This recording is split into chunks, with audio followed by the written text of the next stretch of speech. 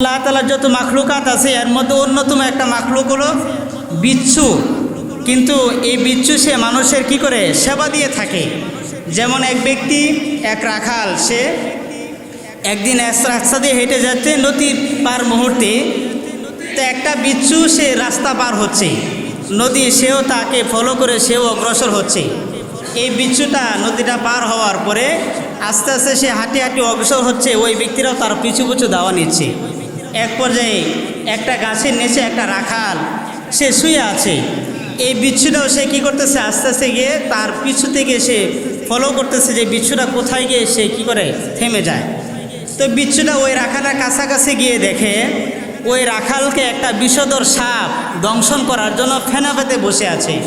সেই বিচ্ছুটা গিয়ে এই সাপকে আঘাত করলো। এই সাপকে কী করলো, সে আঘাত করলো। আঘাত করার কারণে এই সাপের সবল থেকে এই আল্লাহর বান্দাটা সে কী করলো, বেঁচে গেল। কিসের মাধ্যমে? এই বিচ্ছুর মাধ্যমে। কিন্তু যদি আমরা বাহ্যিকভাবে আল্লাহ তাআলা অনেক মাখলুকাত আছে, কিন্তু আমরা সেগুলোকে মনে করি কি যে আমরা এগুলো আমাদের ক্ষতি করতেছি, কিন্তু বাহ্যিক এরকম না। এগুলো আমাদের প্রকাশ্যে অথবা অপ্রকাশ্যে আমাদের সেবা দিয়ে থাকে। যেমন যারা ইমানদার, যারা ইমানের উপর অটল থাকেন, এই ইমানদাররা কখনো তাদের ইমানকে বিক্রি করেন না। যেমন এক রাখাল, সে এক পর্যায়ে সে এক জায়গায় যাচ্ছেন, যাওয়ার পথে অনেক দূর সফর, যাওয়ার পথে এক জায়গায় সে তার উটকে একটা বাগানের ভিতরে সে কী করলো, খুঁটি মেরে রেখে দিয়েছে। রেখে দেওয়ার পরে সে এক পর্যায়ে একটা গাছের নিচে শুয়ে পড়লো। শুয়ে পড়ার পরে তো এ রাখাল তার উটটা বাগানের কিছু এই গাছ সেগুলো সে বিনষ্ট করে ফেলছে। বাগানের মালিক আইসা দেখে তার বাগানটাকে নষ্ট করার কারণে সে এই উটকে কী করছে, হত্যা করে ফেলছে।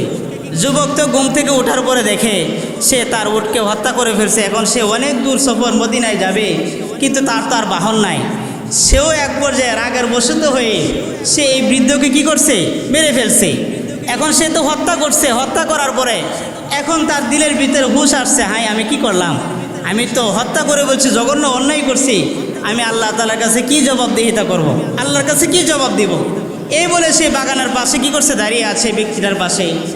এক পর্যায়ে যখন এই ব্যক্তির সন্তানেরা ওনাকে তালাশ করতে লাগলেন, বাবাকে যখন তালাশ করতে লাগলাম, তালাশ করতে করতে এই যুবকের সন্ধান পেয়ে গেল।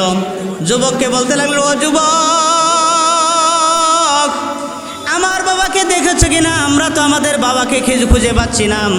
যুবক বলতে লাগলেন, তোমাদের বাবাকে জানি না,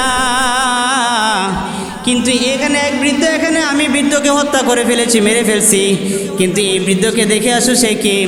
রাখাল ব্যক্তিরা যখন সন্তান না আসলো, আসার পরে দেখেন এই বৃদ্ধ তো ওই বৃদ্ধই যে তার বাবা ছিল, বাবাকে মেরে ফেলছে। এখন বলতে লাগলেন, যুবক কে আমার বাবাকে কে মেরেছে? এই কথা বলার পর যুবক বলতে লাগলেন, তোমার বাবা আমার উটকে হত্যা করে ফেলেছে। আমি তো অনেক দূর মদিনায় সফর করব, এখন আমার যাওয়ার কোনো রাস্তা নাই, কিন্তু আমি রাগের বশত হয়ে আমি তোমার বাবাকে মেরে ফেলেছি, তোমরা এর বিচার সরাসরি করতে পারো। এক পর্যায়ে ব্যক্তিরা সন্তানরা বলতে লাগলো যে আমরা তোমার বিচার করব না, চলো যাই, মদিনায় চলে যাই। ওই ব্যক্তিকে নিয়ে, রাখালকে নিয়ে যখন মদিনায় চলে গেলেন, মদিনায় যাওয়ার পরে খলিফাতুল মুসলিমিন হযরত ওমর ফারুক রাদিয়াল্লাহু তাআলা আনহুর কাছে বিচার দায়ের করলেন। খলিফাতুল মুসলিমিন এই যে নওজোয়ান, সে আমাদের পিতাকে দুনিয়া থেকে চিরতরে বিদায় করে দিয়েছে, আমরা এর সুস্থ বিচার কামনা করি। এই কথা বলার পরে বালককে যখন খলিফাতুল মুসলিমিন যখন জিজ্ঞাসা করলেন, ওহে বালক, তোমার উটকে হত্যা করে ফেলেছে, উটের বদলতে তুমি উট চাইলেই পারতা, কিন্তু এই বৃদ্ধকে কেন হত্যা করেছ? নওজোয়ান বলতে লাগলো, খলিফাতুল মুসলিমিন, আমি আমার রাগকে নিয়ন্ত্রণ করতে না পেরে আমি বৃদ্ধকে হত্যা করেছি। আপনি যে সিদ্ধান্ত নেবেন আমি সেই সিদ্ধান্তই মেনে নিতে রাজি আছি। এক পর্যায়ে যখন ফাঁসির কার্য সব কিছু সিদ্ধান্ত হয়ে গেছে, তাকে ফাঁসি দিয়ে দিবে, সেই মুহূর্তে বালক বলতে লাগলেন, খলিফাতুল মুসলিমিন, আমাকে তো ফাঁসি দিয়েই দিবেন, কিন্তু আমার একটি আবেদন, ফাঁসি দেওয়ার আগে এক ইহুদির কাছ থেকে আমি আমার ব্যবসার উদ্দেশ্যে কিছু টাকা ধার নিয়েছিলাম, এখন আমি তার দেনাটা পরিশোধ করতে পারি নাই। এখন যদি আমি দেনাটা পরিশোধ করার আগে যদি আমি মরে যাই, তো ইহুদি জীবন ভরে বলে থাকবে যে মুসলমানরা ধার নেয় কিন্তু কি করে না, পরিশোধ করে না। কিন্তু আমি তো আজীবনের জন্য মুসলমানের কলঙ্ক হবে, আমাকে 3 দিনের সময় দিবেন, আমি তার দেনাটা পরিশোধ করে আবার চলে আসবো। খলিফাতুল মুসলিমিন বলতে লাগলেন, না আমি তো এই মুহূর্তে তোমাকে দিতে পারবো না, কারণ তোমার সাথে দুইজন যদি আমি সফর সঙ্গী হিসেবে পাঠাই আর তুমি বাড়িতে যাওয়ার পরে তাদেরকেও যদি মেরে ফেলো তাহলে হত্যার সংখ্যা আরও বেড়ে যাবে, তো এই মুহূর্তে কেউ জামিনদার হয় না। খলিফাতুল মুসলিমিন বলতে লাগলেন যে দেখো এই মদিনার ভিতরে তোমার কোনো জুরের ভাই আছে কিনা, তুমি যাকে জামিনদার রেখে যাবে, তুমি না আসলে তার পরিবর্তে তাকে কি করা হবে, হত্যা করা হবে। এই কথা বলার উপরে নৌজওয়ান বলতে লাগলো, খলিফাতুল মুসলিমিন এখানে তো আমার কোনো কি নাই, আত্মীয় স্বজন নাই, কাকে আমি জামিনদার রাখবো। এক পর্যায়ে আল্লাহর হাবিবের এক সাহাবি হযরত আবু যর গিফারি রাদিয়াল্লাহু তাআলা আনহু জামিনদার হয়ে গেলেন।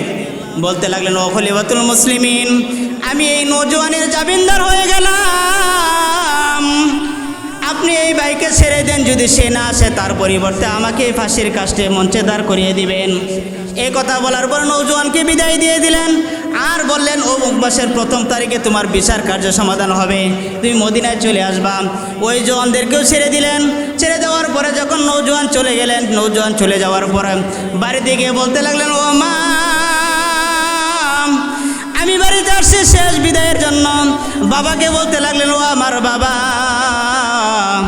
আজকে আমাকে শেষ বিদায় দিয়ে দিন, আর হয়তো আপনাদের সাথে আমার সাক্ষাৎ হবে না।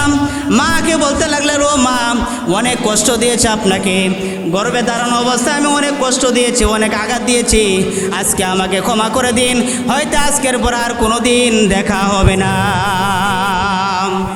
মা বলতে লাগলেন, কারণ কি? তো যুবক বলতে লাগলেন যে আমি রাগের বশিত হয়ে আমি এক ব্যক্তিকে হত্যা করে ফেলেছি, কিন্তু কোরআনের আইন হইল হত্যার বদলতে হত্যা। তো এই জন্য আমার বিচার কার্য আমি 3 দিনের ছুটি নিয়ে আসছি, যে এক ইহুদির কাছ থেকে আমি তার টাকা পরিশোধ করে আর আপনাদের কাছ থেকে আমি বিদায় নিয়ে চলে যাব, আজকের পরে মনে হয় আর দেখা হবে না। এইদিকে 1 মাস অতিক্রান্ত হয়ে গেছে, জুমার পরে বিচার কার্য শুরু করবেন, কিন্তু ওই নৌজওয়ান আর আসে না। খলিফাতুল মুসলিমিন হযরত ওমর ফারুক রাদিয়াল্লাহু তাআলা আনহু খবর পাঠাইলেন যে গিয়ে আবু যরকে বলো সে যেন শেষ বিদায় পরিবার থেকে নিয়ে আসে, বিচার কার্য তার সমাধান করা হবে। তো সংবাদ পাঠানোর পর হযরত আবু যর গিফারি রাদিয়াল্লাহু তাআলা আনহু তিনি কী করলেন, বাড়ি থেকে বিদায় নিয়ে চলে আসলেন জুমার নামাজ পড়ার জন্য। আসার পরে যখন বিচার কার্য শুরু করবেন সেই মুহূর্তেই দেখে বিচার কার্য শুরু করার আগ মুহূর্তেই এক নৌজওয়ান গোড়া হাঁকিয়ে আসতেছে। নৌজওয়ান যখন আসতে লাগলেন, এসে দেখেন কাঠগোড়ার ভিতরে আবু যর গিফারি রাদিয়াল্লাহু তাআলা আনহু দাঁড় করিয়ে দিলেন। এটা দেখার পরে নৌজওয়ান বলতে লাগলেন, ও খলিফাতুল মুসলিমিন আমার ভাই আবু যরকে ছেড়ে দেন, আমি তো দুনিয়াতে বাঁচতে চাই, আখিরাতে ধরা খাইতে চাই না। এই কথা বলার পরে আবু যর গিফারি রাদিয়াল্লাহু তাআলা আনহু ছেড়ে দিলেন। ওই যে নৌজওয়ান যে বিচার দাবি করেছিল তারা খলিফাতুল মুসলিমিনকে বলতে লাগলেন, ও খলিফাতুল মুসলিমিন যেই নৌজওয়ান বাড়িতে যাওয়ার পর আবার ফিরে আসতে পারে, এই নৌজওয়ান তো সাধারণ কোনো নৌজওয়ান হতে পারে না, এই ভাইকে আমাদের হাতে ছেড়ে দেন, আমরা তাকে ক্ষমা করে দিলাম।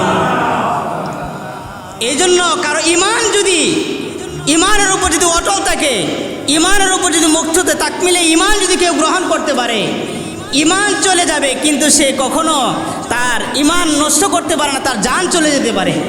তো এই জন্য যারা ইমানদার তারা কখনো ইমানকে বিনষ্ট করে না, প্রয়োজনে তারা দ্বীনের জন্য তারা জান কুরবান করতে জানে।